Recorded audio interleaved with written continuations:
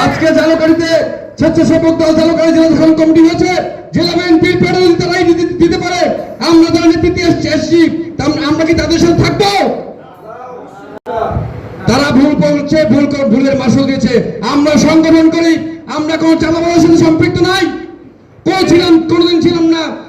এখন পর্যন্ত স্বেচ্ছাসেবক দলের যারা বলেছেন আমরা কিছু পাই নাই, আমরা কিছু অমুক, আমরা কিছু সমুক, আমাদের কেউ কিছু দেয় না, কেউ ডাকে না।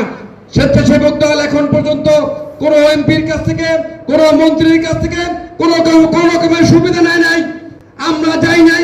আমরা এমপি মহোদয়ের কাছে বলেছি, আপনার যে সিস্টেম, আমার স্বেচ্ছাসেবক দলের সকল স্তরের নেতৃবৃন্দ বিগত নির্বাচনে আপনার জন্য যেইভাবে খেটেছে, যেইভাবে পরিশ্রম করেছে, আপনার সেইভাবে আমাদের মূল্যায়ন করতে হবে।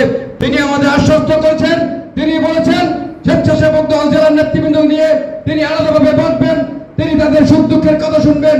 আমি বর্তমান যিনি এমপি আছেন, মন্ত্রী আছেন, তাদেরকে এই কথাগুলো জানিয়েছি। আমরা ইনশাল্লাহ আগামীতে আমাদের এমপি মহোদয় এবং মন্ত্রী মহোদয় থাকবেন, আমাদের সুখ দুঃখের কথা বলবো, আমাদের সুবিধা অসুবিধা দেখতে হবে। আমরা দল করছি, আমাদের সুবিধা অসুবিধা দেখতে হবে, আমাদের ভালো মন্দ দেখতে হবে। আমরা কোনো অন্যায়ের সাথে আপোষ করবো না।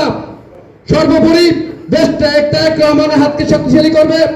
দেশটা একটা এক রহমানের হাতকে শক্তিশালী করার জন্য স্বেচ্ছাসেবক দল সর্বোচ্চ ভূমিকা নেবেন।